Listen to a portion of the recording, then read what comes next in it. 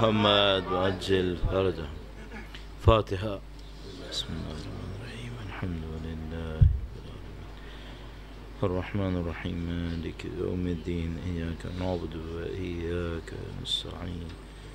اهدنا الصراط المستقيم صراط الذين أنعمت عليهم غير المغضوب عليهم ولا الضالين. عظمت اہل بیت اطہار علیہ السلام پر ایک بار پھر درود بھیجیں. محمد و آل محمد.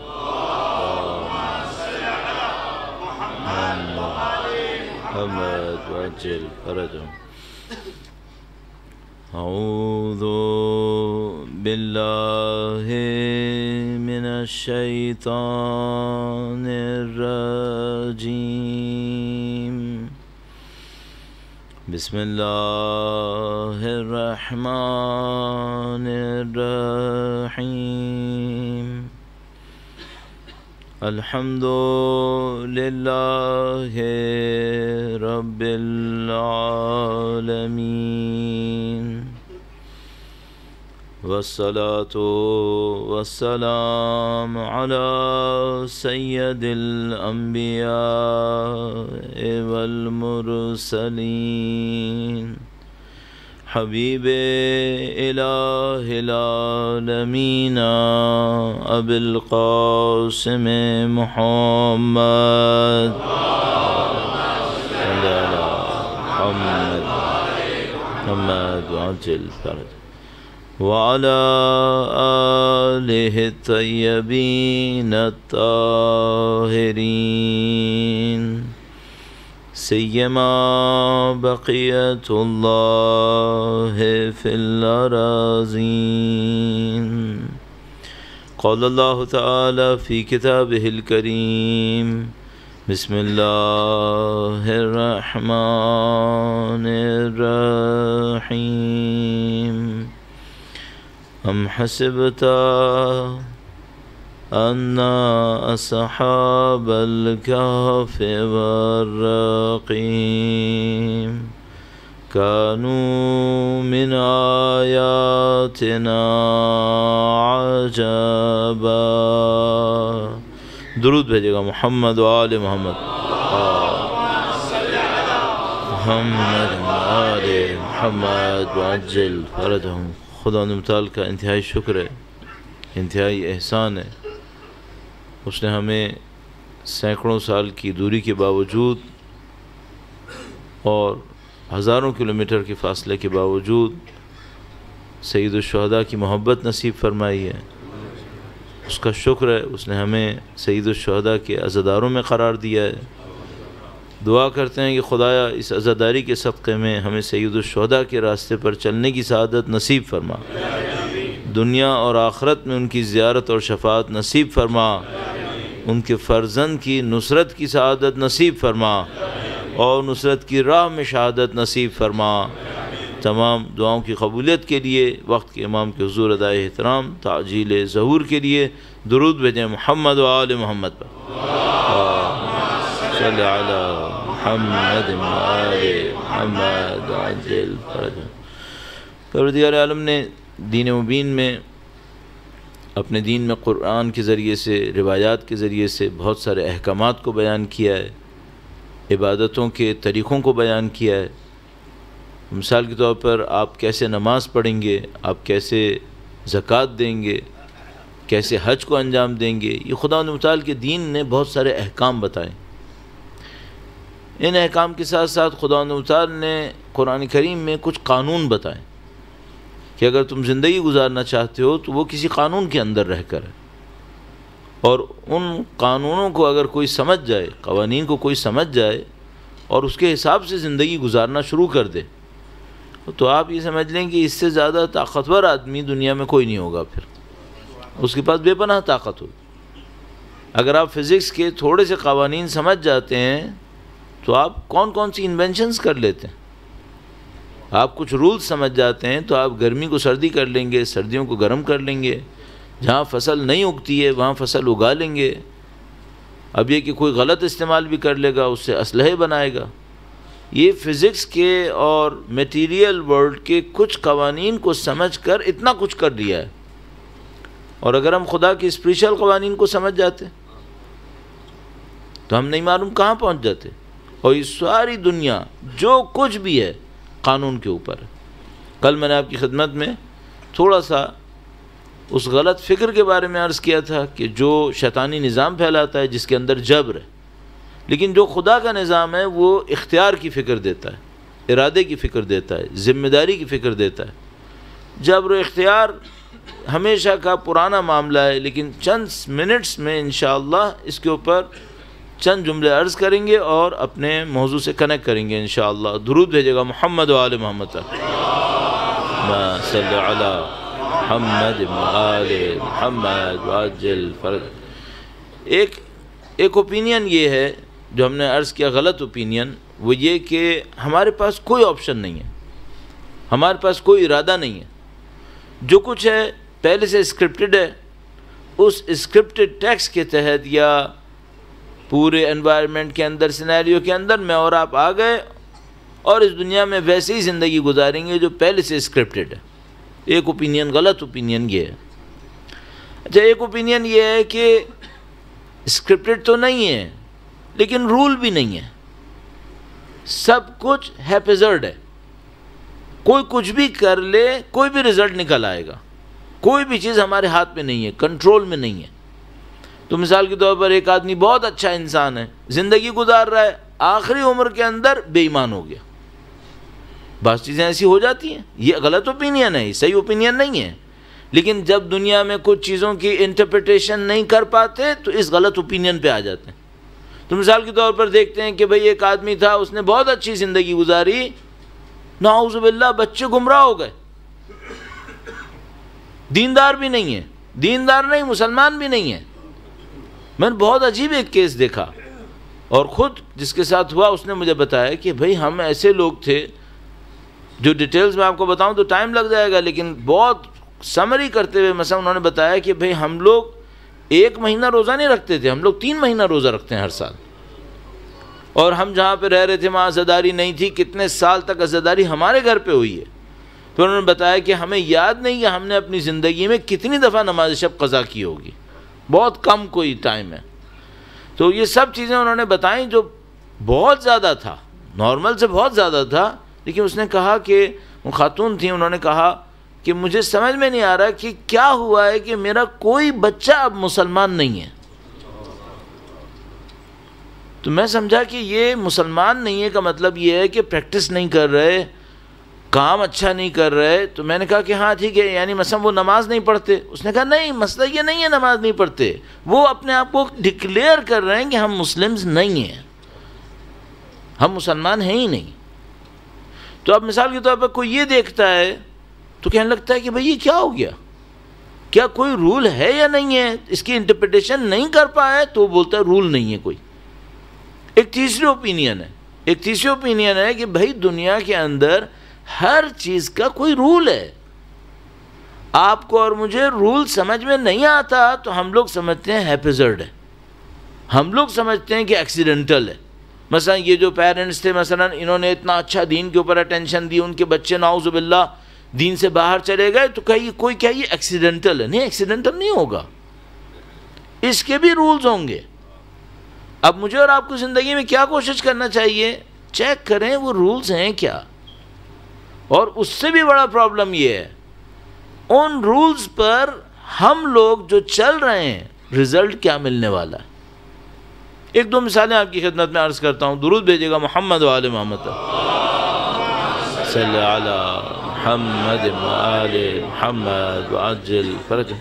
بہت سمپل کیس ہے جو تقریباً ہم سب کے ساتھ ہوتا ہے میرا خیال ہے، اور وہ یہ ہے کہ ہم لوگ کبھی فیل کرتے ہیں کہ اسپریچولی اچھا چل رہا ہے معاملہ. 1 مہینہ فیل کریں گے مثال کے طور پر اسپریچولی بہت اچھا جا رہا ہے، نماز پڑھنے کا دل چاہ رہا ہے، قرآن پڑھنے کا دل چاہ رہا ہے، دعا بھی پڑھنے کا دل چاہ رہا ہے، چیزیں صحیح چل رہی ہیں. اچانک دیکھیں گے معاملہ ختم، بالکل آؤٹ ہو گیا معاملہ. میں نے خود اپنی زندگی میں اگر میں نہ کہوں ہنڈریڈس آف سچ کیسز تو بہرحال بہت کیسز دیکھیں جن کو میں نے دیکھا ہے کہ مثال کے طور پر ایک بندہ ہے نماز شب 1 گھنٹہ لگاتا ہے، پھر میں نے دیکھا فجر کی نماز بھی نہیں پڑھتا. تو آدمی کہتا ہے بھئی یہ کیا ہو رہا ہے؟ اچھا یہ کیوں ہو رہا ہے ایسا؟ سامنے والا کہے گا میں نے تو سب کچھ کیا تھا صحیح. تو میں اس کو کہوں گا نہیں، تم نے جو صحیح کیا تھا وہ تمہیں نظر آ رہا ہے، جو تم نے غلط کیا تھا وہ تم دیکھ رہے ہو. غلط کیا تھا؟ وہ سامنے والا پوچھے گا بھی غلط کیا تھا، تو میں کہوں گا تھوڑا سا اپنا انالیسس کرو.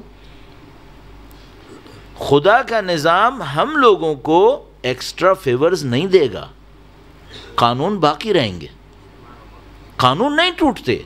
مثلا میں کیا چاہوں؟ میں یہ چاہوں کہ دوسرا آدمی پانی پیے تو اسے پانی کا احساس ہو، یہ میرا دشمن پانی پیے تو اس کو زہر بن جائے. یہ نہیں ہوگا. وہ دشمن زہر پیے، پوائزن ہو تو پوائزن ہو، اور میں پوائزن لوں تو ہاں ملک بن جائے. یہ نہیں ہونے والا ہے. میرے لیے بھی پوائزن ہی رہے گا. اب مثال بہت سادہ، اسی مثال کو ہم کنٹینیو کرتے ہیں. بھئی ایک آدمی ہے بہت اچھا جا رہا ہے، نمازیں اچھی پڑھتا ہے، قرآن اچھا پڑھتا ہے، سارے کام اچھے کر رہا ہے، لیکن کیا ہے؟ لیکن مسئلہ یہ ہے کہ جھوٹ بولتا ہے. آدمی جھوٹا ہے. اچھا اب یہ جو نماز چل رہی ہے، قرآن ہے اور سب کچھ ہے، اور جھوٹ بھی ہے. اب 2 راستے ہوں گے. یا تو یہ نماز، قرآن، عبادات اس کو جھوٹ سے نجات دلا دے، یا اس کا جھوٹ ان سب سے دور بھگا دے. 2 میں سے ایک ہوگا. ان 2 میں سے ایک ہوگا. اب کوئی یہ چاہے میں ساری زندگی ان دونوں کو لے کے چلوں گا، نہیں برادر، یہ نہیں ہونے والا ہے. یہ کچھ وقت تو چل جائے گا لیکن ہمیشہ نہیں چلے گا. اب اور کیا؟ مثال کے طور پر ہر خدا کا حکم لے لو اسی طرح. نعوذ باللہ، صد نعوذ باللہ. مثلا فرض کرو میں اپنے پیرنٹس کے لیے اچھا نہیں ہوں، مجلس پڑھتا ہوں، ماتم کرتا ہوں، قرآن پڑھتا ہوں، نماز پڑھتا ہوں، سب کچھ ہے، اچھا کر رہا ہوں، لیکن پیرنٹس کے لیے اچھا نہیں ہوں. کب تک چلے گا؟ کچھ دن تو چل جائے گا. خدا کا نظام سزا دینے میں جلدی نہیں کرتا ہے. کیوں؟ جلدی وہ کرتا ہے جسے موقع نکلنے کا خطرہ ہوتا ہے.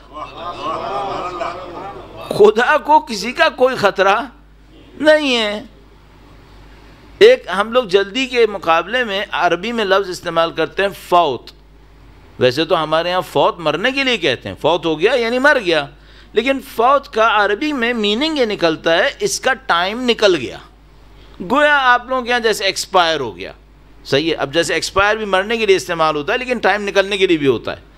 تو ظاہر ہے کہ مثلا آپ کے پاس یوگرٹ کا ڈبہ ایکسپائر ہو گیا تو وہ مرے گا نہیں، ظاہر ہے اس کا ٹائم نکل جائے گا. تو آپ کو 8 بجے گاڑی پہ بیٹھنا تھا ٹرین میں، اور آپ پہنچے اور ٹرین نکل گئی، تو وقت کیا ہو گیا؟ فوت ہو گیا. فوت ہو گیا. کیا مطلب؟ چانس نکل گیا. اب اس کا چانس نہیں ہے. تو ہم کہتے ہیں کہ بھئی خدا جلدی کیوں نہیں کرتا؟ کیونکہ اس کے ہاتھ سے کوئی چیز فوت نہیں ہوتی. نکل بھی گیا تو اس کے کنٹرول میں ہی ہے، کہیں نہیں جائے گا. تو وہ مثلا نمرود کہتا ہے میں حضرت ابراہیم کو آگ میں ڈالوں گا، تو خدا چاہتا تو اس دن اس سے پہلے کہ نمرود درخت کاٹے گا نا، درخت کاٹے گا، جمع کرے گا، اگلے دن آگ جلانے کے لیے 1 رات پہلے خدا سارے جنگلوں میں آگ لگا دیتا، کل کوئی درخت ہی نہیں ہوتا. ہو سکتا تھا یا نہیں ہو سکتا تھا؟ ہو سکتا تھا. جس دن حضرت ابراہیم کو آگ میں ڈالنے کا چانس تھا، پروگرام تھا، چونکہ سب کو بلایا تھا، اللہ اس دن بارش برسا دیتا. ایسی بارش کرتا کہ کسی درخت میں آگ ہی نہ لگتی، لکڑی میں آگ نہیں لگتی. کر سکتا تھا یا نہیں کر سکتا تھا؟ جب وہ آگ میں ڈالنے کے لیے ان کو پھینکا تو ہوا سے اڑا کے کہیں اور لے جاتا. یہ بھی کر سکتا تھا، سب کچھ کر سکتا تھا. لیکن خدا نے کیا کہا؟ خدا نے کیا کہا کہ مجھے کسی کی کوئی جلدی نہیں ہے، جس نے جو کرنا ہے کرے، کر لے. اور اس کے بعد خدا کیا کرے گا؟ خدا کہتا ہے یہ جو زمین و آسمان ہے یہ میرا لشکر ہے، تمہارا جسم میرا لشکر ہے، کہاں جاؤ گے؟ میں اپنا کام کروں گا. آپ اور میں سوچیں ہم کیا کر رہے ہیں، اس کام کو چیک کر لیجئے. تو اب مثال کے طور پر کل میں نے آپ کی خدمت میں عرض کیا، بھئی یہاں پہ ایک پورا شیطان کا نظام ہے. یہاں پہ خدا کا بھی ایک نظام ہے. آپ اور میں فوراً اپنے آپ کو چیک کرنے کی کوشش کریں ہم کس ٹریک کے اوپر بیٹھے ہوئے ہیں، اور اس ٹریک کے اوپر چلتے ہوئے کچھ سالوں کے بعد ہم کہاں ہوں گے. اور ہم جانتے ہیں بہت سارے لوگ ادھر ادھر ہوتے رہتے ہیں یہاں پر. تو اپنے ٹریک کو کیسے چیک کریں گے؟ چند پوائنٹرز میں آپ کی خدمت میں عرض کر چکا ہوں کل، ان کو تھوڑا سا دوبارہ بتاؤں گا اور اس کے اوپر تھوڑا سا اور ایکسپلینیشن اور ایک دو مثالیں. درود بھیجے گا محمد و آل محمد پر. صلی علی محمد و آل محمد وعجل فرج. اب اس کو کس طرح سے ایسے رکھیں کہ آپ کی توجہ بھی باقی رہے اور اس کام کو ہم انجام بھی دے سکیں. تو آپ یہ سمجھ لیجئے کہ ایک ٹریک ہے جس میں ایک انسان یہ کہتا ہے جو میرا دل چاہے اس کے علاوہ کچھ نہیں ہو، سب کچھ اسموتھ چلے، سب کچھ آسان ہو، مجھے کوئی مشکل اپنے اوپر نہیں ڈالنی ہے. تو مثال کے طور پر ہم کہیں گے بھائی خدا متعال نے روزہ رکھا ہے، تو دو کیٹیگریز ہوں گی. ایک تو کہے گا کہ وہ رکھا تو تھا لیکن میں نہیں رکھ رہا، یہ تو باہر ہو گیا معاملہ. ایک کہے گا رکھوں گا، اس کا بھی میں نے حل نکال لیا ہے. وہ کیا حل نکالا ہے؟ سارے دن سوتا رہوں گا، شام کو اٹھوں گا، روزے کا ٹائم ختم ہو جائے گا، روزہ کھول لوں گا، کوئی نہ کوئی حل نکال لوں گا. مثلا خدا متعال نے حج رکھا ہے، اس نے کہا کوئی بات نہیں میں پریمیئر حج کروں گا. کیوں کوئی سختی کیوں لوں؟ میں ایسا حج کروں گا مجھے نہ دھکا لگے گا، نہ گرمی اٹھانی پڑے گی، نہ سختی اٹھانی پڑے گی، میں مزے میں جاؤں گا، مزے میں آؤں گا. اب سوال یہ ہے کہ اگر کسی انسان کی لاجک یہی چل رہی ہے، کیا ایکسپیکٹ کریں کہ یہ دین میں کہاں پہنچے گا؟ پہنچنا کہاں پر ہے؟ اب اس کے لیے معذرت کے ساتھ ایک جملہ عرض کرنا چاہوں گا کہ پرانے زمانے میں جو بڑے بڑے پہلوان ہوتے تھے، ریسلرز ٹائپ کے جو لوگ ہوتے تھے، وہ لوگ اپنے باڈی پہ ٹیٹوز بنواتے تھے. پرانے زمانے میں، آج کل سب بنواتے ہیں، ایک ایسی پرابلم آ گئی. وہ اس زمانے ٹیٹوز بناتے تھے. تو وہ ایک آدمی تھا، اس نے جا کر اس سے کہا ٹیٹو بنانے والے سے، اچھا اب اس میں یہ ہوتا ہے ٹیٹو بنانے میں تکلیف تو ہوتی تھی، اب مجھے نہیں پتا ابھی ہوتی ہے نہیں ہوتی، لیکن اس زمانے تکلیف ہوتی تھی. تو جو بہت ذرا ہلکے دل کا آدمی ہوتا تھا وہ چھوٹا سا کوئی ٹیٹو بنوا لیتا تھا، اور جو ذرا پہلوان ٹائپ کا ہوتا تھا، بڑا اسٹرانگ مین، اور وہ آ کر بڑا بڑا ٹیٹو بنواتا تھا. تو ایک بندہ تھا وہ ذرا دل کا ہلکا تھا، وہ گیا ٹیٹو بنوانے والے کے پاس اور اس سے پوچھا کہ یہ بتاؤ جو سب سے بڑا ٹیٹو بناتے ہیں وہ کون سا ہے؟ اس نے کہا بھائی جو بہت تیر مارتا ہے، بڑا کام کرتا ہے، تو وہ شیر کا ٹیٹو بنواتا ہے. کہتا ہے میرے اوپر تم شیر کا ٹیٹو بنا دو. اس نے کہا بیٹا تمہاری حالت سے لگ نہیں رہا کہ تم شیر کا ٹیٹو بنوانے آئے ہو. اس نے کہا نہیں میرے اوپر تم شیر کا ٹیٹو بنا دو. اس نے کہا ٹھیک ہے میں بنا دیتا ہوں. اس نے کہا کہاں سے شروع کروں؟ کہنے لگا جہاں سے مرضی چاہو شروع کرو. اس نے جناب علی شیر کے سر سے شروع کیا. اب جو شیر کے سر سے شروع کیا تو اس کو بڑی تکلیف ہوئی، تھوڑی دیر برداشت کرتا رہا، پھر تھوڑی دیر پہ اس نے کہا بھائی یہ کیا بنا رہے ہو یہاں پہ؟ کہنے لگا شیر کا سر بنا رہا ہوں.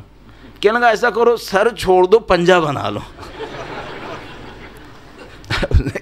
ٹیٹو بنانے کا اچھا سر چھوڑ دوں شیر کا پنجہ بناؤں، چلو ٹھیک ہے پنجہ بناتا ہوں. تو اب اس نے اس کے پنجے بنانا شروع کیے. اس نے دیکھا بھائی اس میں بھی بہت درد ہو رہا ہے. اس نے پوچھا یہ کیا بنا رہے ہو؟ کہنا میں پنجہ بنا رہا ہوں. کہنے کا یار پنجہ بھی چھوڑ دو. اس نے کہا بندے خدا تو چلا جا، تجھے شیر نہیں بنوانا ہے، تجھے چوہا بنوانا ہے اصل میں.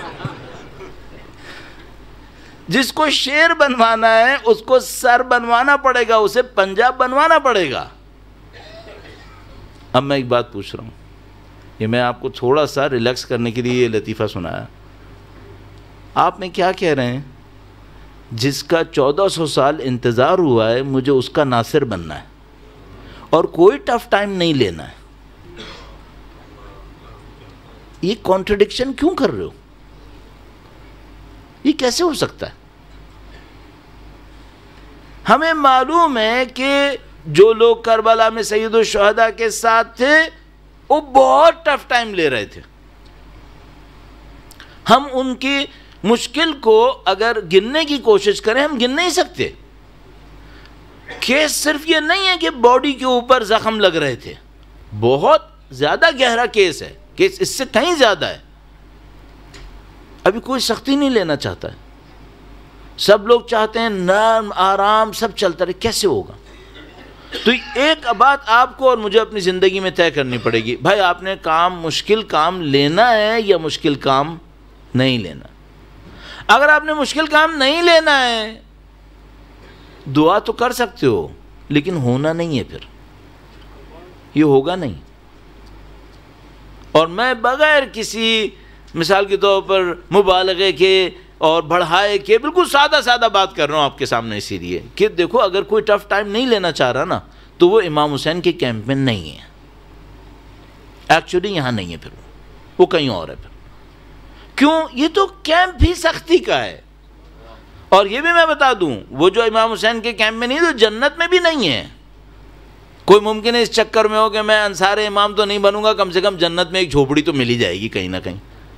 الجنت محفوف بالبلا، روایت کہتی ہے جنت مشکلوں کے اندر، امتحانوں میں گھری ہوئی ہے، امتحان دینے پڑیں گے۔ خدا متعال نے قرآن کریم میں اتنی جگہ لکھا ہے میں تمہارا امتحان لوں گا، کہیں پہ بھی نہیں لکھا کہ تم کچھ نہیں کرنا تمہیں اور ہم تمہیں جنتوں میں لے جائیں گے اور امام کی نصرت پہ پہنچا دیں گے، ایسا کچھ نہیں ہونے والا ہے۔ اور یہ جو ہم اور آپ کربلا کی یاد میں بیٹھتے ہیں، یہ کیا ہے؟ سوائے امتحان کی کچھ ہے یہاں پہ؟ اور وہ جو ظہور امام ہے وہ کوئی امتحان نہیں ہے، سب لوگ اپنے اپنے کام میں مست ہیں، مشغول ہیں، اور ظہور ہو گیا اور الحمدللہ ہم عوان و انصار میں شامل ہو گئے۔ اور بھائی اتنا آسان نہیں ہے یہ۔ تو اب کیا مسئلہ ہے؟ مسئلہ یہ کہ آپ کو کچھ نہ کچھ مشکل لینی ہے۔ اب کیا مشکل لینی ہے اس کو بھی تھوڑا سا عرض کروں، کیونکہ کل دوستوں نے کہا کہ بھائی کوئی تھوڑا سولوشن بھی تو دو۔ تو سولوشن کا پہلا پوائنٹ یہ ہے کہ جو سختی نہیں لے گا وہ اس کیمپ میں نہیں رہے گا۔ اس کیمپ میں رہنے کے لیے سختی اٹھانی ہے۔ تو اب اگر ممکن ہے مجھ سے کوئی یہ کہے کہ مولانا کچھ سادہ سادہ باتیں بتاؤ، آسان سی، جس سے امام کی نصرت ہو جائے، تو میں کہوں گا بیٹا اس سے تو جنت بھی نہیں ملتی، نصرت تو بہت دور کی بات ہے، اس سے تو جنت بھی نہیں ملتی ہے۔ تو وہ کہے گا نہیں مولانا ہمیں تو لگتا ہے کہ چھوٹے چھوٹے کام کر لو بس جنت میں چلے جاؤ گے۔ دل کو بہلانے کو بہت اچھا خیال ہے، دل بہلا لو اپنا، ہوتا نہیں ہے اس سے۔ کیوں؟ خدا نے دنیا قانون پہ بنائی ہے۔ اتنے دو دن سے میں آپ کے سامنے پوائنٹ بول رہا ہوں، یہ قانون ٹوٹنے والے نہیں ہیں، ایکسیپشنز نہیں ہیں اس کے اندر۔ آپ کو اور مجھے قانون پہ چلنا ہوگا، اس قانون میں سختی آئے گی، اس قانون کو دیکھنا پڑے گا۔ تو کیا بات ہوئی؟ یہ جو شیطان کا نظام ہے یہ خواہشات کا نظام ہے، لوگوں کو قید کر دیتے ہیں، پریزن میں آ جاتے ہیں۔ قرآن کریم فرماتے ہیں کیا؟ ارأیت من اتخذ الہہ ہوا، کیا تم نے اس شخص کو دیکھا ہے جو اپنی خواہشات کو اپنا خدا بنا لیتا ہے؟ معبود کسے کہتے ہیں؟ معبود اس کو کہتے ہیں جس کی پرستش کی جاتی ہے، بندگی کی جاتی ہے، جس کے سامنے سر جھکا لیا جاتا ہے، جو وہ کہے وہ کرے۔ تو کچھ لوگوں کا معبود خدا ہے، کچھ لوگوں کا معبود خواہشات ہیں۔ قرآن فرما رہا ہے ارأیت من اتخذ الہہ ہوا، کیا تم نے ان لوگوں کو دیکھا ہے جنہوں نے اپنی خواہشات کو اپنا معبود بنا لیا؟ تو اب اگر میں مثلا خدا سے کہوں خدایا میری یہ خواہش ہے مجھے دے دے، یہ میری خواہش ہے مجھے دے دے، یہ میری خواہش مجھے دے دے، اور خدا کا دین مجھ سے کیا مانگے؟ یہ نہیں مانگ رہا۔ اس کے بعد میں کہہ رہا ہوں میں جنتوں میں جاؤں گا، میں امام کی نصرت کروں گا، یہ کنٹرڈکشن ہے، یہ نہیں ہونے والا۔ خدا متعال اس لیے قرآن کریم میں ارشاد فرماتا ہے کہ لوگوں میں سے کچھ لوگ ایسے ہیں کہتے ہیں ربنا آتنا فی الدنیا، دیٹس اٹ، اے خدا ہمیں دے۔ خدا کو مانتے ہیں، رب کو مانتے ہیں، کہتے ہیں ربنا، اے ہمارے رب۔ بے حیائی کی حد ہے، اس کو بھی یہ بات بھی کہتے ہیں یہ ہمارا ہے۔ ٹھیک ہے اگر یہ تمہارا تھا تو تم کیوں نہیں ہو اس کے؟ اگر وہ رب تمہارا ہے تو تمہیں بھی تو اس کا ہونا چاہیے کچھ۔ تو کہتے ہیں ربنا آتنا فی الدنیا، اے خدایا ہمیں دے۔ کہاں دے؟ دنیا میں دے۔ کیا دے؟ کچھ بھی دے دے، دنیا دے دے، بس کہیں سے بھی دے دے۔ ابھی بولوں گا کہیں سے بھی دے دے مطلب کیا۔ یہ ایک گروپ ہے، خدا متعال فرماتا ہے ہم ان کو دنیا دیں گے، ان کے بعد آخرت میں ان کے لیے کچھ نہیں ہے۔ یہ جو آخرت کا لفظ ہے بہت خطرناک ہے یہاں پر۔ کیا مطلب؟ فرما رہے دنیا دیں گے، اب حسین کے کیمپ میں نہیں آنا، پھر تم نے دنیا مانگی تھی، دنیا مل گئی، اب ادھر نہیں آؤ۔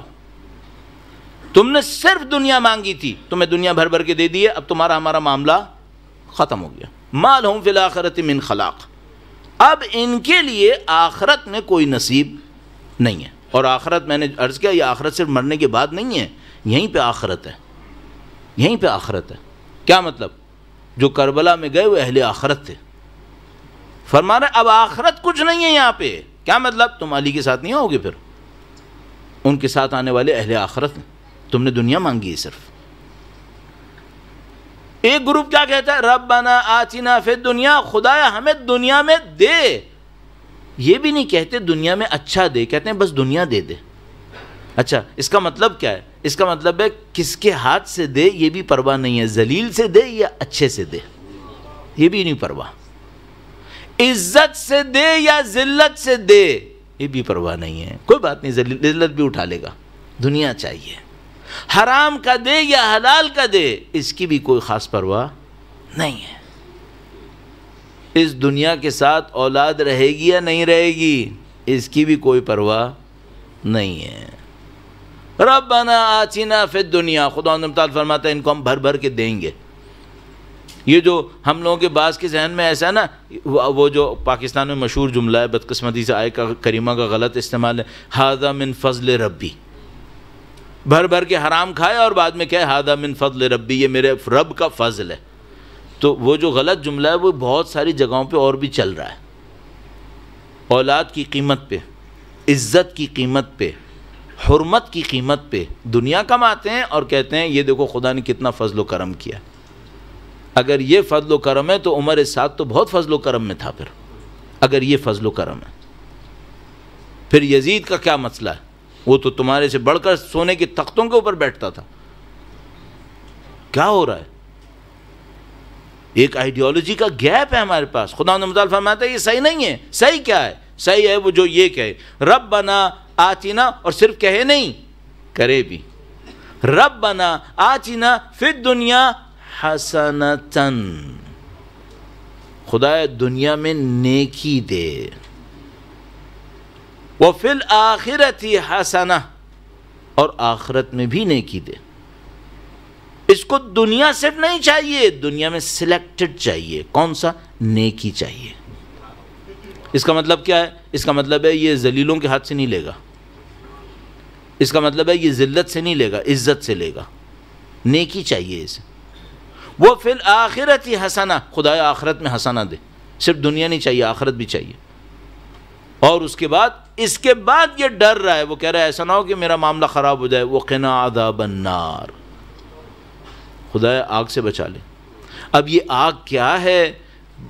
پچھلے سالوں میں میں نے ایک اشرا پورا ان باتوں کے اوپر پڑھا، ان سمبولک ٹرمز کے اوپر. آگ کیا ہے، پل صراط کیا ہے، برزخ کیا ہے. تو ابھی موقع نہیں ہے، لیکن میں صرف ایک جملہ عرض کروں، انشاءاللہ کبھی موقع ملا تو آپ کی خدمت میں عرض کروں گا. جس آدمی کے دل سے خواہشات نہیں نکلتی اور وہ اپنی خواہشات کے پیچھے دوڑتا رہتا ہے، کبھی سکون نہیں ملتا، یہ آگ ہے. یہ آگ ہے. ہم سمجھ رہے ہیں آگ صرف وہ ہے جو قیامت کے دن ظاہر ہوگی، مثلا برزخ میں ظاہر ہوگی. نہیں، یہ دنیا میں آگ یہ ہے. یہ آگ ہے. ایک آدمی کے دل میں 25 لوگوں کی دشمنی ہے، یہ آگ ہے. یہ آگ ہے. ایک آدمی مجبور ہے 2 انسان بن کے زندگی گزارے، وہ بھی چل گیا تو، ورنہ تو 4 6 بن کے. ادھر اس کو یہ دکھاتا ہے، ادھر اس کو وہ دکھاتا ہے. ادھر دکھانے کا کچھ ہے، اندر کچھ اور ہے. یہ آگ ہے بیٹا، یہ آگ ہے. اس کو آگ کہتے ہیں. تو میں آپ سے عرض کرنا چاہ رہا ہوں کہ بھئی ہم اپنے آپ کو دین کے سبسٹنس تک پہنچائیں، دین کے ظاہر کے اوپر نہیں چلائیں. تو خدا متعال فرماتا ہے کہ بھئی ایک راستہ یہ راستہ ہے، خواہشات کا راستہ، نفس پرستی کا راستہ، سب سارا آسان چلاؤ، کوئی مشکل نہیں اٹھانا ہے، کسی کے لیے کوئی قربانی نہیں دینی ہے، کوئی فداکاری نہیں کرنی ہے. دوسرا راستہ کیا ہے؟ دوسرا راستہ ہے مشکلات کا راستہ، سختی کا راستہ. اس میں سختی اٹھانی پڑتی ہے، اس میں مصیبت اٹھانی پڑتی ہے. اچھا، دونوں کی پرسنالٹی میں کیا ڈیفرنس آتا ہے؟ پرسنالٹی میں کیا ڈیفرنس آتا ہے؟ مثلا ایک آدمی ہے جو کہتا ہے بھائی مجھے کچھ نہیں کرنا ہے، مجھے صرف دنیا چاہیے. ایک آدمی ہے جو کہتا ہے نہیں، میں اللہ کے راہ پہ چلوں گا، سختی بھی اٹھاؤں گا اور میں ہی اٹھاؤں گا، دوسروں پہ نہیں چھوڑوں گا، میں اٹھاؤں گا. ہم اتنی باتیں کر رہے ہیں، امام تشریف لائیں گے، ظلم سے لڑیں گے. ابھی کیا کر رہے ہیں ہم لوگ؟ ابھی ہم کہہ رہے ہیں چلو کوئی اور لڑ لے، ابھی میں تو یہاں تو مشغول رہوں نا. بھائی تم پھر کیمپ میں تم کیوں ہوگے؟ اگر ابھی جاب کوئی اور کرے اور میں اپنے کام کو پورا کروں تو وہ کیمپ میں ہوگا، میں تھوڑی ہوں گا. پھر میں کیوں کیمپ میں ہوں گا؟ اس وجہ سے ہوں گا میں دعائے عہد پڑھتا ہوں. یہ کیا بات ہوئی؟ تم 5 منٹ 6 منٹ دعائے عہد پڑھو اور تم کیمپ میں آ جاؤ گے، اور وہ پوری زندگی جان قربان کرے، مصیبتیں جھیلے، بچے قربان کرے، اور وہ کیمپ میں ہوگا، تم ساتھ ہو جاؤ گے دونوں، میں اور تم ساتھ. کیسے ہو سکتا ہے؟ میں جب تک کوئی قربانی نہیں دوں گا کیسے ہوگا؟ اچھا اب آئیے دونوں کی پرسنالٹی میں کیا فرق آئے گا؟ ایک واقعہ سناتا ہوں آپ کو حضرت ابوذر غفاری کا. اب حضرت ابوذر تو پیک کا نام ہے، وہ پیک ہے، بالکل پیک کی بات ہم نہیں کر پائیں گے، لیکن صرف سمبولزم کے اندر رہتے ہوئے درود بھیجے گا محمد و آل محمد پر. محمد و آل محمد عجل فرجهم. اور ہم لوگ بچپن سے سنتے تھے علی کا شیعہ یہ مصیبتیں جھیلتا ہے، علی کا شیعہ وہ مصیبتیں جھیلتا ہے. ابھی سمجھ میں نہیں آتا یا تو علی کا شیعہ بدل گیا ہے یا اللہ کے قانون بدل گئے، نہیں ہوا، پتہ نہیں کیا، سمجھ میں نہیں آتا. حضرت ابوذر کو ایگزائل کیا گیا، مدینے سے ایگزائل کیا گیا اس وجہ سے کہ وہ حق بات کہتے تھے. کہا کہ کوئی ان کو خدا حافظ کہنے نہیں آیا، اہل بیت گئے خدا حافظ کہنے کے لیے. حضرت ابوذر وہاں سے چلے، مدینے سے چلے. وہ اس کی داستان بڑی عجیب داستان ہے. ایک اونٹ پہ بٹھا دیا جس کے اوپر بیٹھنے کی کوئی جگہ نہیں تھی، نیچے سے پاؤں باندھ دیے. جب وہ سیریا میں اترے ہیں تو یہاں سے سارا گوشت غائب ہو چکا تھا. یہ سختی کیوں جھیلی ہے؟ حق بات بولی ہے ظالم کے سامنے. اچھا ہم نے کیا طے کیا ہوا ہے؟ ہم نے یہ طے کیا ہوا ہے کہ کوئی چیلنج لینا ہی نہیں ہے، کوئی ٹف ٹائم لینا ہی نہیں ہے. کوئی بھی سختی، اتنی سی بھی کوئی سختی آئی، ابھی تو میں عرض کر رہا ہوں، اب یہاں کی گورنمنٹس اگر اس بات کو چیک کرنا شروع کر دیں نا کون کون زیارت پہ جا رہا ہے، تو یہ 40 کا قافلہ بھی کم ہو جائے گا. کیوں؟ لوگ کہیں گے بھئی اس کے بعد یہ چیک ہوتا ہے پھر. اچھا تم تو باتیں کر رہے تھے امام کی زیارت کے لیے ہاتھ کٹوانے میں یہ ثواب ہے اور یہ ثواب ہے، وہ کیا ہوا پھر؟ باتیں ہیں نا، باتیں تو کر لیں گے. سختی اس کو کہتے ہیں. حضرت ابوذر کھڑے ہوئے، سارا گوشت غائب. جیسے ہی سیریا پہنچے اب لوگ سمجھتے اب تو ابوذر کی زبان ختم ہو گئی، اب ابوذر یہاں خاموشی سے بیٹھیں گے. وہ سیریا میں پہنچے، کھڑے ہوئے، اچانک بولنا شروع کر دیا سیرین گورنمنٹ کے خلاف، امیر شام کے خلاف، معاویہ کے خلاف، دنیا پرست ہو، یہ ہو وہ ہو. اب وہ بڑا پریشان کہ یہ مصیبت مدینے سے نکل کے یہاں کیوں آ گئی، میری تو حکومت پلٹ جائے گی یہاں پہ. اس نے تو لوگوں کو بیوقوف بنا کے رکھا ہوا تھا کئی سالوں سے. اس نے دیکھا بھائی یہ ابوذر یہاں پہ کھڑا رہا، یہ تو مسئلہ بن جائے گا میرے لیے. تو ایک آدمی آیا، اس کے پاس اس کا ایڈوائزر، ہر شیطان کے ساتھ اس کے ایڈوائزر بھی چل رہے ہوتے ہیں، ہر شیطان کے ساتھ. بس ایک بات میں بیچ میں کہہ رہا ہوں، ایک تو یہ کوشش کرنا ہم لوگ ظالم نہ ہوں، ایک اور کوشش بھی کرنا ہم ظالموں کے ایڈوائزر نہ بن جائیں. تیسرا مسئلہ، ہم ظالموں کے سیٹ اپ میں ورکرز نہ بن جائیں. کیوں؟ ظلم سے کوئی بھی تعلق ہوا تو امام کی شمشیر ہم پہ ہی چلنی ہے، وہ ظلم سے لڑیں گے. اب ظالم کی 3 کیٹیگریز ہوتی ہیں، یا ظالم خود ہوتا ہے، فاؤنڈر ہوتا ہے، لیڈر ہوتا ہے، یا اس کا ملا ہوتا ہے یعنی ایڈوائزرز کا گروپ ہوتا ہے، یا اس سسٹم سے بینیفٹ اٹھانے والے ورکرز ہوتے ہیں. چیک کرنا ہم لوگ کہاں پر ہیں، چیک کرو ہم لوگ کہاں پر ہیں. اور اس کے بعد جب اس کو چیک کر لو تو پھر یہ دیکھ لینا اگر کل امام کو ظہور ہوا تو ہوگا کیا، ہونا کیا ہے. یہاں پریکٹیکلی دیکھنا چاہیے نا.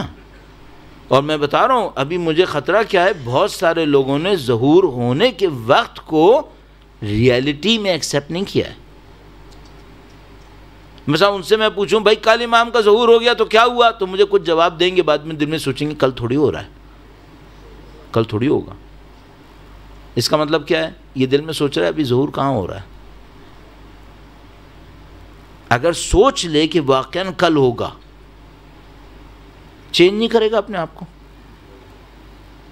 کیا چینج؟ جو چینج کرے گا وہ ابھی کیوں نہیں کر رہا ہے؟ اس لیے سوچ رہا ہے ابھی نہیں ہوگا. اس عاشور پہ ظہور چاہتے ہیں کیا؟ 5 دن میں کیا چینج کرنا چاہیں گے؟ جس دن ظہور ہو اس دن میں فجر کی نماز قضا کروں، یہ اچھا ہے؟ جس دن ظہور ہو اس دن کئی لوگوں کا مال ابھی میرے ہاتھ کے اوپر ہو، اچھا ہے؟ نہ میرے واجبات طے ہوئے ہیں، پتہ نہیں میرے کتنے حج ہیں، کیا روزے ہیں، کتنے نمازیں ہیں، کیا کسی کا مال، کیا کسی کا خمس، کیا کسی کی زکوٰۃ، چھوڑ دو ابھی. اندر سے کیا کہہ رہا ہے؟ ابھی نہیں ہوگا. اور پھر ابھی تھوڑی دیر کے بعد کہے گا الاجل الاجل الاجل. کیوں؟ چونکہ ہم پریکٹیکل لائف میں سختی نہیں اٹھانا چاہ رہے. حضرت ابوذر سیریا پہنچے، انہوں نے بولنا شروع کر دیا ظالموں کے خلاف. اب جو بولے تو وہاں پہ ایک ایڈوائزر تھا، وہ آیا امیر شام کے پاس، کہنے لگا کہ وہ خود امیر شام بہت تیز آدمی، ذرا سنبھل کے بول رہا ہوں، بہت تیز آدمی. اس کو پتا تھا کہ ابوذر کی زبان بند نہیں ہوگی، وہ جانتا تھا. وہ ایڈوائزر آیا، کہنے لگا میں اس کی زبان بند کر سکتا ہوں. اس نے کہا ٹھیک ہے، کیا چاہیے تمہیں؟ کہنے لگا مجھے مثلاً 10,000 دے دو دینار تو میں اس کو بند کر لوں گا. تو اس نے کہا جاؤ لے لو. وہ 10,000 لے کر ابوذر کے پاس آیا. اب میں کیریکٹر کا ڈفرینس عرض کر رہا ہوں، اس کو میں بھی تھوڑا سا اور بھی ایکسپلین کروں گا. حضرت ابوذر کے پاس آیا اور ابوذر سے کہا کہ ابوذر میں تمہارے لیے تحفہ لایا ہوں. اب یہ لوگ سمجھ رہے ہیں، مثلا جو یہ ایڈوائزر ہے یہ سمجھ رہا ہے یہ بیوقوف آدمی، یہ ابوذر سے زیادہ ہوشیار ہے.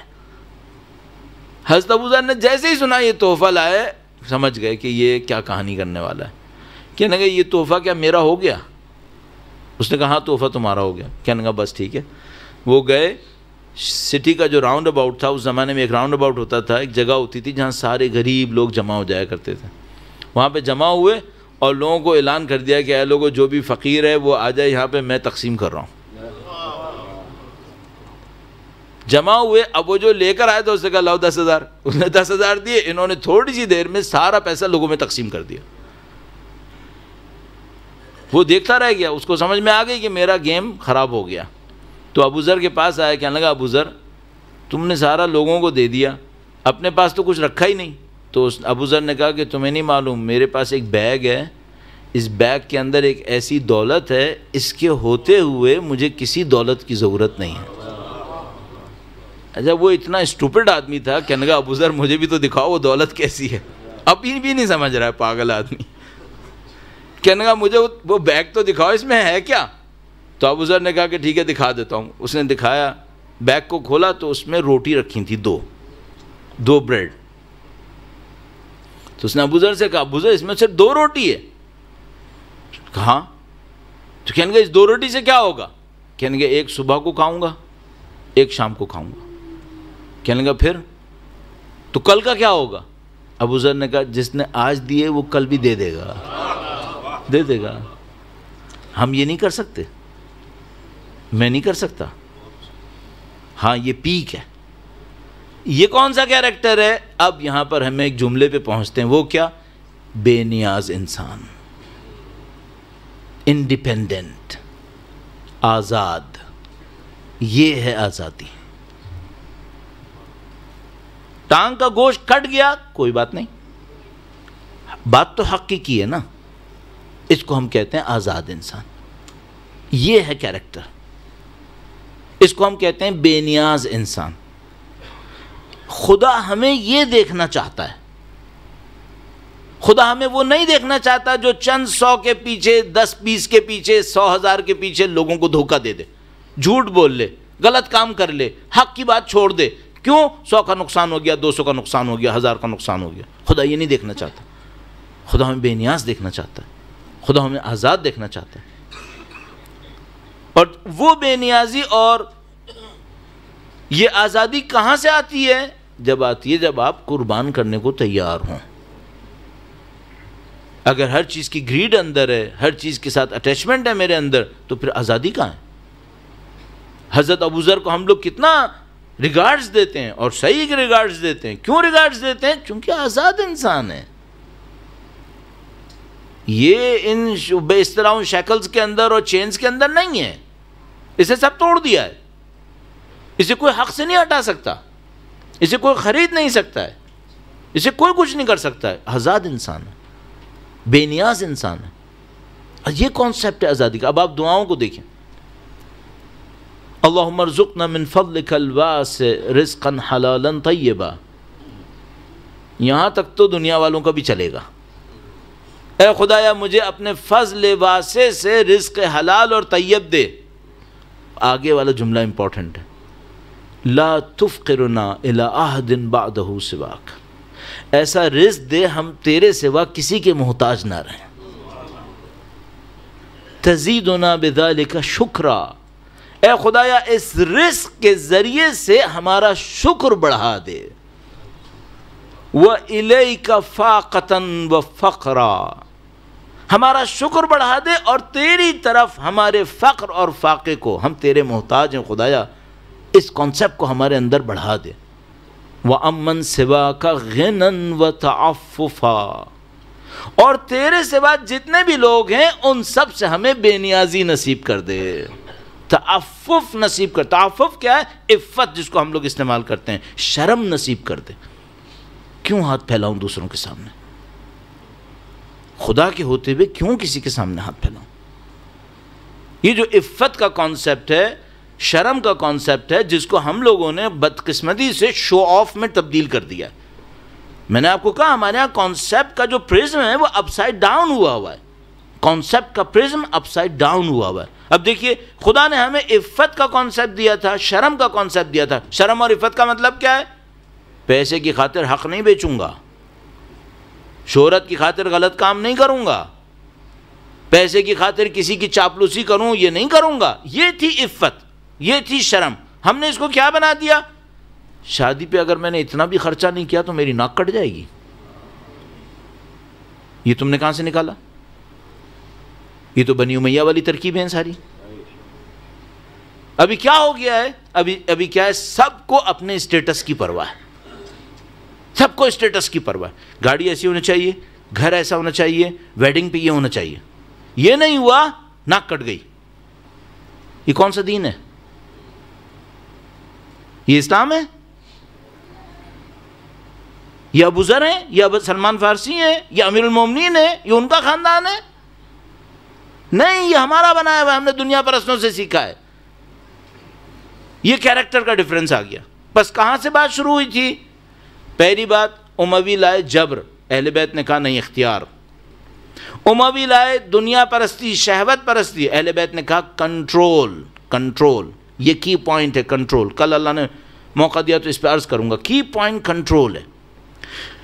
جو وہ ایکسیپٹ کر رہے ہیں جبر، دنیا پرستی، شہوت پرستی، ان کے کیریکٹر کیا بنتے ہیں؟ کیریکٹر لالچی، جیلس، انمیٹی۔ ادھر اگر آپ نے یہ قبول کیا کہ انسان ذمہ دار ہے، کنٹرول کرنا ہے، آخرت کے لیے کام کرنا ہے، اب کیریکٹر کیا بنے گا؟ بے نیاز، انڈیپینڈنٹ، آزاد انسان، یہ کیریکٹر بنے گا۔ اب یہ دو انسانوں کے گروپس بن گئے۔ اچھا، اب یہ والا جو گروپ ہے جس میں گریڈ ہے، جیلسی ہے، انمیٹی ہے، اس کی سوسائٹی متحد ہوگی؟ اس کی سوسائٹی میں یونٹی ہوگی؟ نہیں، کبھی بھی نہیں، ہمیشہ لڑیں گے۔ اب میں ایک خطرناک بات اور عرض کر دوں آپ کہیں گے پہلے تم نے کب چھوڑا جو اب کہہ رہے ہو، کہ اب ایک اور عرض کر دوں، لیکن میں ایک اور بات عرض کرتا ہوں قرآن کریم سے نکال کر۔ درود بھیجے گا محمد و آل محمد پر، صلی علی محمد محمد عجل فرج۔ ابھی اس ملک کے اندر اس کا نام لینا بھی سخت ہے، جبکہ قرآن میں ہے۔ ایک قوم ہے جس کی ہم اور آپ بہت تعریفیں کرتے ہیں، اس کے پاس اتنا پیسہ ہے، وہ اتنی طاقتور ہیں، اور یہ ہیں اور وہ ہیں، سب مرے جا رہے ہیں اس کو بننے کے لیے۔ ذرا سا موقع رہ گیا کہ مسلمان سے نکل کے وہی بن جاتے، تعریفیں کر کر کے مر رہے ہیں۔ قرآن کریم کیا فرماتا ہے؟ قرآن کریم فرماتا ہے تم نے یہ قوم دیکھی ہے نا، تحسبهم جمیعا وقلوبهم شتیٰ، تم جو اس قوم کو دیکھتے ہو تمہیں ان کے جسم ملے ہوئے سب نظر آتے ہیں، تمہیں لگے گا یہ لوگ بڑا پیکٹ گروپ ہے، ان کی انٹیگریٹی بہت زیادہ ہے، ان کے اندر الائنس ہے، یونٹی ہے بہت زیادہ۔ تحسبهم جمیعا وقلوبهم شتیٰ، یہ دیکھنے میں تو بہت انٹیکٹ ہیں لیکن ان کے دل بکھرے ہوئے ہیں، سب کے دل بکھرے ہوئے ہیں۔ کیوں ہے خدایا ایسا؟ خدا فرماتا ہے، اب ایک اور آیت کریمہ سے رہتا ہوں، پہلے یہاں پہ ریزن کیا دی، ذَلِكَ بِأَنَّهُمْ قَوْمٌ لَا يَعْقِلُونَ، یہ وہ قوم ہے، اس کی وجہ یہ ہے کہ یہ وہ قوم ہے جو سوچنے سمجھنے سے محروم ہے۔ اچھا ہمارے ہاں یہ وہ قوم ہے جس کے پاس 60 سے زیادہ نوبل انعام ہوں گے، 60 سے زیادہ نوبل اس کے پاس ہیں، صحیح؟ اور قرآن کیا کہہ رہا ہے؟ یہ وہ قوم ہے جو سوچنے سمجھنے سے ڈپرائیوڈ ہے، اس کے پاس عقل نہیں ہے۔ تو ہم کہیں گے خدا اچھی بے عقل قوم ہے کہ 60 سے زیادہ نوبل پرائز ہیں اس کے پاس، تو خدا ہم سے جواب میں کیا کہے گا؟ تم سے کس نے کہا کہ میرے نزدیک اس نوبل کی کوئی ویلیو ہے؟ اب یہ ہم نہیں قبول کر پا رہے، یہ ہم نہیں قبول کر سکتے، ہمارے نزدیک ویلیو اسی کی ہے۔ ہمیں خدا کا نظام سمجھنا پڑے گا۔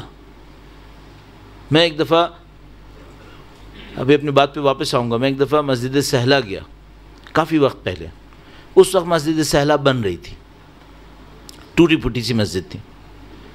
یہ مسجد سہلہ مشہور ہے کہ یہاں سارے انبیاء نے نمازیں پڑھی ہیں۔ میں وہ مسجد کے اندر گیا، ٹوٹی پھوٹی سی مسجد، برکس اس کی گر رہی تھیں، تو میں نے اس کو دیکھا تو میں نے اپنے دل میں کہا کہ ظاہر میں تو کوئی بڑی مسجد نہیں لگ رہی ہے، لیکن یہ مسجد وہ ہے جہاں پر انبیاء نے نمازیں پڑھی ہیں، تمام انبیاء نے۔ اس کا مطلب کیا ہے؟ اگر ہم لوگ دیکھیں تو ہمارے نزدیک ایک بلڈنگ مسجد سہلہ سے زیادہ مضبوط ہے۔ خدا کے نظام میں جس بلڈنگ کی اینٹیں بھی گر رہی ہیں وہ زیادہ امپورٹنٹ ہے باقی سب سے۔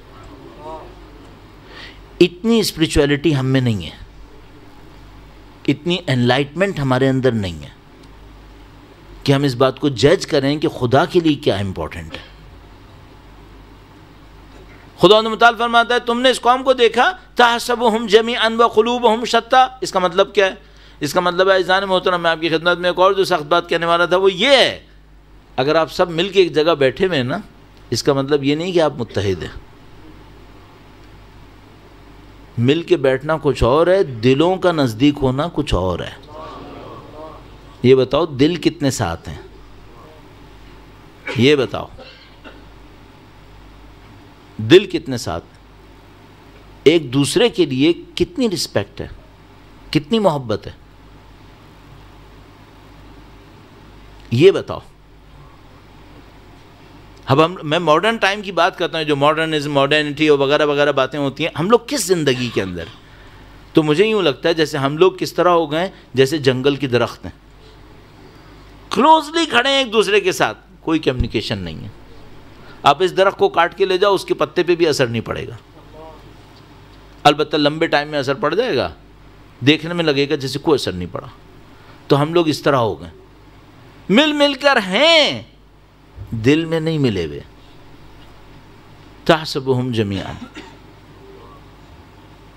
اور کیوں ایسا ہے؟ چونکہ وہ جو سیٹ آف رولز جس کے اوپر ہماری پوری لائف چل رہی ہے، وہ سیٹ آف رول اس یونٹی تک نہیں پہنچائے گا۔ جس سیٹ آف رول کے اندر یہ ہے کہ میں نے کوئی ٹف ٹائم نہیں لینا ہے، نہیں، پھر معاملہ اس طرح حل نہیں ہوگا، اس طرح حل نہیں ہوتا۔ وہ دوسری کلاس ہے جس کے اندر آپ کو ٹف ٹائم بھی لینا ہوگا، سختی بھی اٹھانی پڑے گی، اور میں نے ایک کی ورڈ کہا کہ کنٹرول پہ محنت کرنی پڑے گی، کنٹرول پہ محنت کریں۔ اس وقت پھر کیا ہوگا؟ خداوند متعال فرماتا ہے کنتم علی شفا حفرۃ من النار، تم لوگ آگ کے دہانے پر تھے، پھر خدا نے تم سب کو نجات دے دی۔ نبی سے فرماتا ہے اے نبی لو انفقتا، وہ جو لوگ مجھ سے کہتے ہیں نا بعض اوقات مولانا اگر لوگوں کی فائنینس کو آپ اچھا کر لینا تو لوگ سب یونائٹڈ ہو جائیں گے، سب ایک پلیٹ فارم پہ آ جائیں گے۔ تو میں اس کو عرض کرتا ہوں یہ قرآن کریم کی آیت پڑھو، لو انفقت ما فی الارض جمیعا ما الفت بین قلوبہم، اے نبی اگر آپ زمین آسمان کی دولتیں ان کے اوپر چھوڑ دیں اب بھی ان کے دلوں کو نزدیک نہیں لا سکیں گے، پیسے سے نزدیک نہیں آئیں گے۔ اور ہم لوگ سمجھ رہے ہیں کیونکہ اس قوم کا ماڈل کیا تھا؟ اس قوم کے ماڈل نے پیسے سے اپنی انٹیگریشن بنائی تھی، تو ہم سمجھ رہے ہیں یہی ماڈل ایکسیپٹڈ ہے کہ ہمیں بھی پیسے سے انٹیگریشن بنانی ہے۔ پیسے کی انٹیگریشن نہیں آتی ہے، پیسے سے لوگ نزدیک آتے ہیں، دل نزدیک نہیں آتے ہیں، ٹائپ آف سلیوری کے اندر ایک دوسرے کے ساتھ چلتے ہیں۔ پھر دل نزدیک نہیں ہوتے. دل نزدیک لانے کا فارمولہ کچھ اور ہے، اور وہ ہے جو خداوند متعال نے اس طرف سے دیا ہے ہمیں کہ اپنی خواہشات پہ کنٹرول کرو، سختیوں کے لیے تیار رہو، ایک دوسرے کا ساتھ دینے کے لیے آگے بڑھو، اور ظالم کے خلاف بولنا سیکھو. ہاں، یہ جو کام کرے گا، امر بالمعروف ہوگا، نہی عن المنکر ہوگا، پھر سوسائٹی کے اندر یونٹی ہے، پھر سوسائٹی میں لوگ ایک دوسرے کا ساتھ دیتے ہیں. درود بھیجے گا محمد و آل محمد. صلی علی محمد و آل محمد وعجل. کی پوائنٹ کیا ہے آج کے لیے؟ کی پوائنٹ یہ ہے کہ آپ جتنا زیادہ اپنی خواہشات کو کنٹرول کرنے کی کوشش کریں گے، رولز اینڈ ریگولیشن میں لانے کی کوشش کریں گے، اتنا ہی زیادہ آپ کے اندر سے عزت کا احساس آئے گا، اتنا ہی آپ کے اندر بے نیاز بننے کا احساس آئے گا. اور یہ آپ کو جو آپ لوگ کہتے ہیں نا پری ریکوزٹ ہے امام کے کیمپ میں آنے کے لیے. حضرت حر کیمپ میں آئے. کیوں؟ آزاد انسان ہے. کیا نشانی ہے آزاد انسان کی؟ کہ شمشیر اچھی چلاتا ہے؟ نہیں، یہ نشانی نہیں ہے. نشانی کیا ہے؟ نشانی یہ ہے کہ جب اس نے دیکھا حق امام حسین کے ساتھ ہے، ایک رات لگا دی، ایک رات میں ہی چھوڑ کے آ گئے، دیر نہیں لگائی. یہ آزاد انسان ہے. ہم لوگوں کے ساتھ پرابلم کیا ہے؟ اتنی ڈھیر ساری اٹیچمنٹس ہیں، اور ایسی اٹیچمنٹ جس میں ایک کو چھوڑنا بھی مشکل ہے. پرابلم یہاں ہے. اس کے بعد نہ اتحاد ہوتا ہے، نہ یونٹی، اور کچھ نہیں ہوتا ہے. اور یہ کہ ہم اور آپ امام کی نصرت کے لیے پہنچ جائیں گے ان ساری اٹیچمنٹس کے ساتھ، یہ تھوڑا سا مشکل ہے، قانون کے خلاف ہے. تو اب میں اور آپ کیا کریں؟ اپنے آپ کو کنٹرول کرو، اپنی عزت کی حفاظت کرو، غلط بات کو ایکسیپٹ کرنے کی کوشش مت کرو، اس میں بے عزتی ہے. عزت کے ساتھ زندگی گزارو. حق بات کہنے کے لیے ٹف ٹائم اٹھانا پڑے، اٹھا لو. حق بات کہنے کی میں نہیں کہہ رہا لوگ بدتمیز بن جائیں، ایک دوسرے کے ساتھ بدتمیزی کریں، بدتمیزی نہیں کرنا ہے، لیکن حق بات کہنے کی طاقت ہونی چاہیے. اگر میں ایک جگہ پہ بیٹھا ہوں، کام غلط ہو رہا ہے، اور میں سید الشہداء کا چاہنے والا ہوں، تو بھئی تم میں اتنی طاقت کیوں نہیں ہے کہ تم یہ کہو بھئی یہ کام صحیح نہیں ہو رہا ہے؟ اتنا تو کرو. کوئی کہے گا مولانا اگر میں نے یہ کیا تو پھر سوسائٹی مجھے چھوڑے گی؟ نہیں چھوڑے گی. شاید بائیکاٹ بھی کرے گی، شاید ماریں گے بھی. لیکن تم کیا امام حسین کا نام نہیں لے رہے تھے؟ تم نے نہیں کہا تھا کہ میں لبیک یا حسین، لبیک یا حسین؟ کیسے لبیک یا حسین؟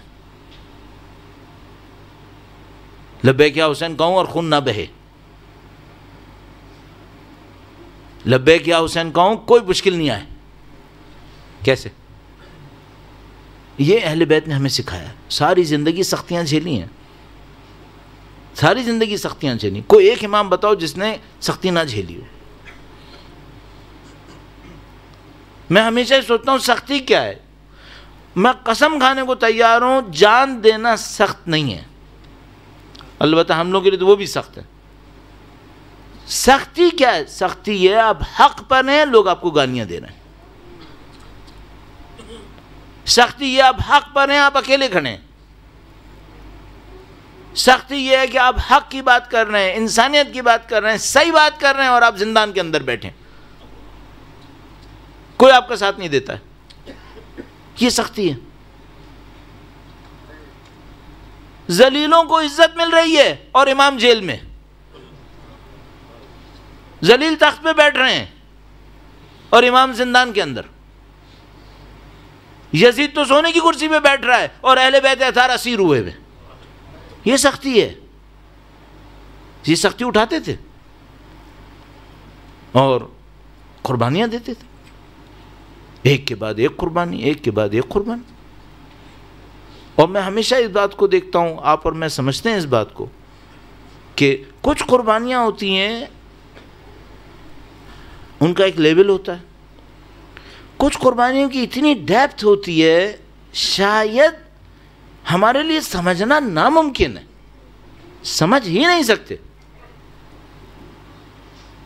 مثلا ایسے ہی میں سوچتا ہوں وہ یہ کہ باپ کے لیے بھی بچہ قربان کرنا آسان نہیں ہے. باپ بیٹا قربان کرے آسان نہیں ہے، لیکن ماں قربان کر رہی ہو. معاملہ ہی کچھ اور ہو جاتا ہے، جذبہ کچھ اور ہو جاتا ہے۔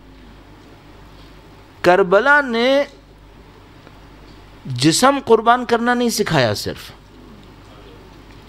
کربلا میں صرف جسم قربان نہیں ہوئے، کربلا میں جذبات بھی قربان ہوئے، جذبے قربان ہوئے،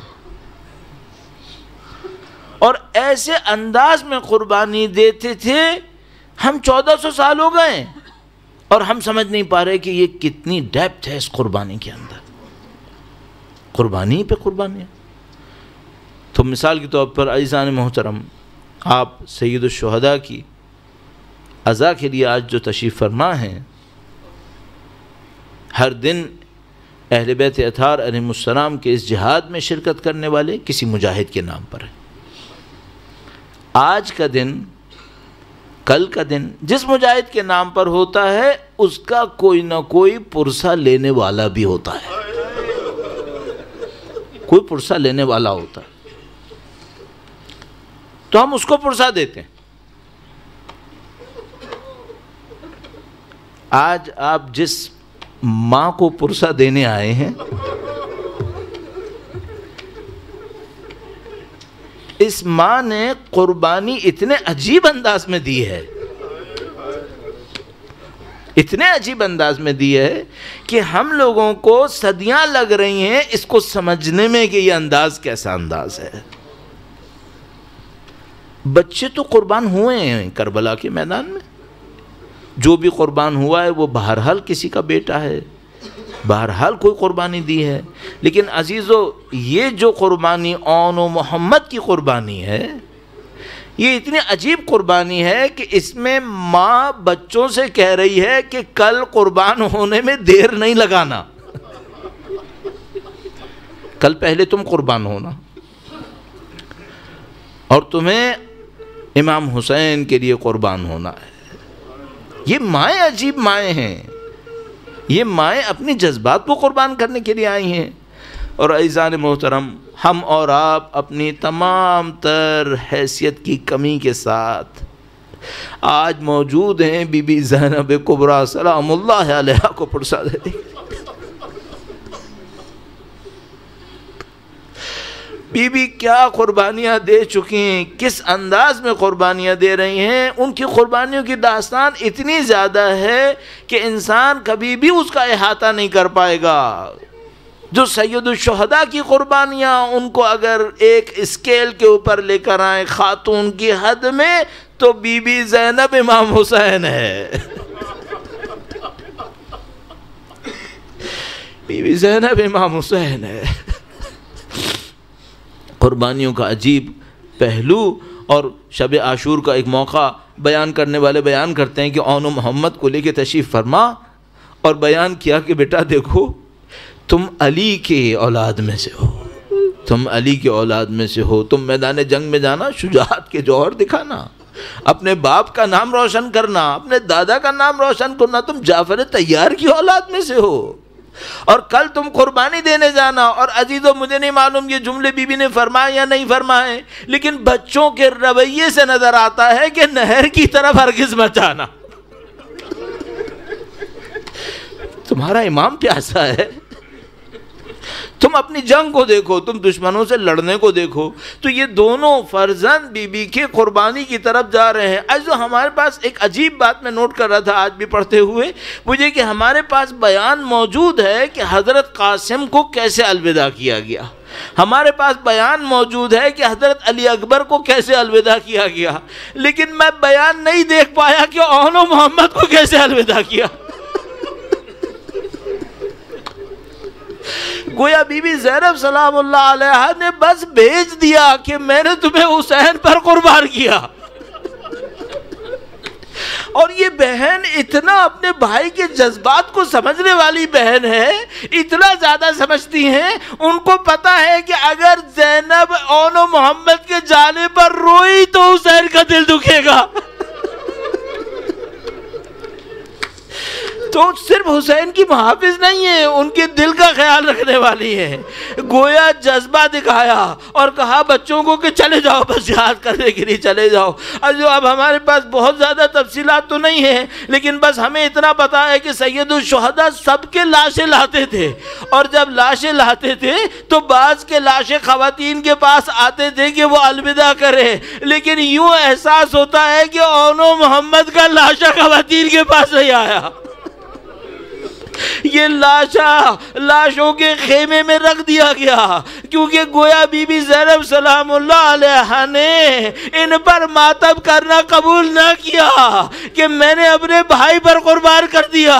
ارے یہ تو امام حسین ابھی تشریف فرما ہے، اس سے زیادہ سخت وہ دن آیا جب 11 محرم کو بی بی کا قافلہ مقتل سے گزرا۔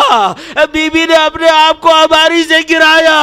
اب اپنے کسی بھی ماں سے پوچھو، اگر بچوں کا لاشا پڑا ہو وہ بچوں کی طرف جائے گی یا نہیں جائے گی، لیکن یہ زینب کبریٰ ہے، یہ امام حسین کی لاشیں پر آئی ہے، بچوں کے لاشیں پر نہیں گئی۔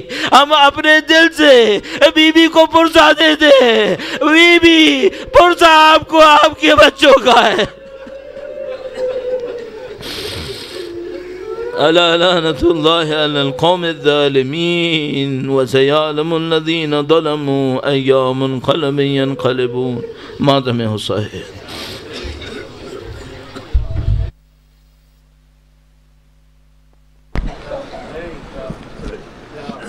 زینب نہ رو